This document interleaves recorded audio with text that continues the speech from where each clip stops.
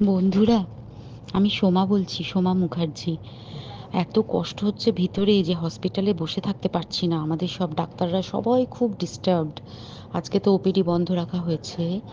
তোরা জানিস সমস্ত ঘটনা শুনলাম, যা যা মানে সত্যিকারের ঘটনা, যেটা আরজি করের ভিতরের যে ডাক্তার তারা তাদের বন্ধু বান্ধব মারফত এটা ছড়িয়ে মানে এসছে আমাদের কাছে। অ্যাকচুয়ালি যেটা ঘটেছে সেটা হচ্ছে, আমি শুনে তো মানে বিশ্বাস করতেও নিজেকে কেমন লাগছে রে। প্রত্যেকটা আমাদের ওয়েস্ট বেঙ্গলের প্রত্যেকটা মেডিকেল কলেজে, বিশেষ করে কলকাতার সরকারি মেডিকেল কলেজগুলোর প্রিন্সিপালরা, ডিপার্টমেন্টাল হেডরা, প্রিন্সিপালরা বিশেষ করে, তারা পাশ করানোর জন্য স্টুডেন্টদের কাছে রীতিমতো টাকা নেয়। যেসব স্টুডেন্টরা, ইন্টার্নরা, পিজিটিরা, যারা ভালো করে ক্লাস করে না বা থিসিস তারা জমা দেবে, পিজিতে তো থিসিস জমা দিতে হয়, তো যারা MBBS final year final pass করবে না সাপ্লি পাইয়ে দেবে, ইন্টার্নের কমপ্লিশন দেবে না, ইন্টার্ন হওয়ার পর কমপ্লিশন না দিলে তারা রেজিস্ট্রেশন নাম্বার পাবে না, এই সমস্ত ভয় দেখিয়ে টাকা পয়সা নেয়। সমস্ত জায়গাতেই এটা আছে। এর মধ্যে সব থেকে নিকৃষ্টের থেকেও নিকৃষ্টতম হচ্ছে সন্দীপ ঘোষ, প্রিন্সিপাল, যে তোর ইয়ের আমাদের কি বলে আরজি কর মেডিকেল কলেজে। সেখানে ভাব যে ওনার একটা বিশাল নেক্সাস ছিল, যাতে উনি বেশ কিছু ইন্টার্ন, হাউস স্টাফ এদেরকে দিয়ে ওই নেক্সাসটা চালাতেন। তারা ওখানে একটা সেক্স র্যাকেট চালাতো, তারা একটা ড্রাগ র্যাকেট চালাতো। ড্রাগ র্যাকেট মানে ওই যে ওটাতে বলেছে না, ড্রাগ মানে শুধু ওই হেরোইন আর ব্রাউন সুগারের ড্রাগ খাওয়া বা মদ খাওয়া নয়।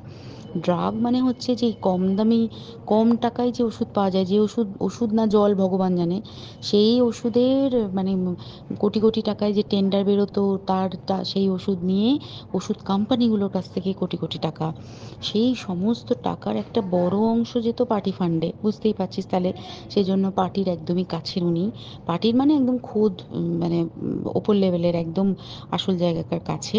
তো এবার উনি এই যে নেক্সাসটা চালাতেন, তাতে রীতিমতো কোন ইন্টার্নকে উনি পাশ করাবেন, কোন পিজিটিকে উনি থিসিস কমপ্লিট করাবেন, সেগুলো সব ভয় দেখিয়ে টাকা নিতেন।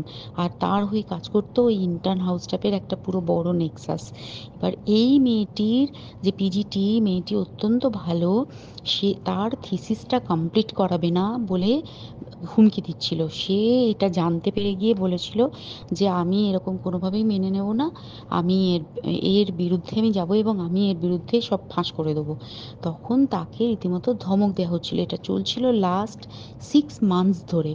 6 মাস ধরে তাকে হুমকি দেওয়া, তার প্রতি মানে বেশি বেশি প্রথমের দিকে কি করছিল, অত্যাচার করছিল, মানে কিরকম, বেশি বেশি করে নাইট ডিউটি দিচ্ছে, at a stress 36 hours duty, বেশি বেশি করে নাইট, বেশি বেশি করে খাটানো, এবং এগুলো সব জানে ডিপার্টমেন্টাল হেড, চেস্টের যে ডিপার্টমেন্টাল হেড সেও জানে, সিনিয়র পিজিটিরা সবাই জানে।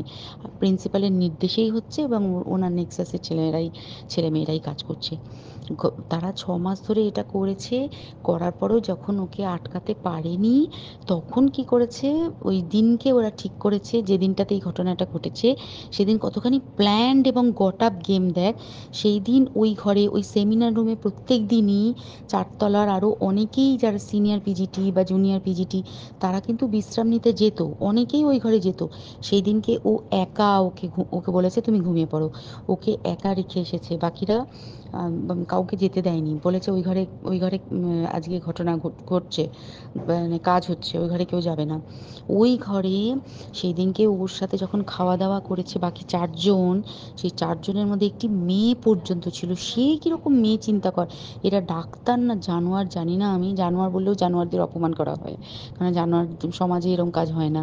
তো ডাক্তার না কি আমি বলতে পারবো না। সেই ইন্টার্ন মেয়েটি আরেকটি ইন্টার্নের গার্লফ্রেন্ড। তো তার সাথে ওই পিজিটি মেয়েটি প্রচুর ঝগড়া হয়েছে। ঝগড়া হওয়ার পরে তারা তো হুমকি টুমকি দিয়ে চলে গেছে, দিয়ে তারা বলেছে তুমি ঘুমো।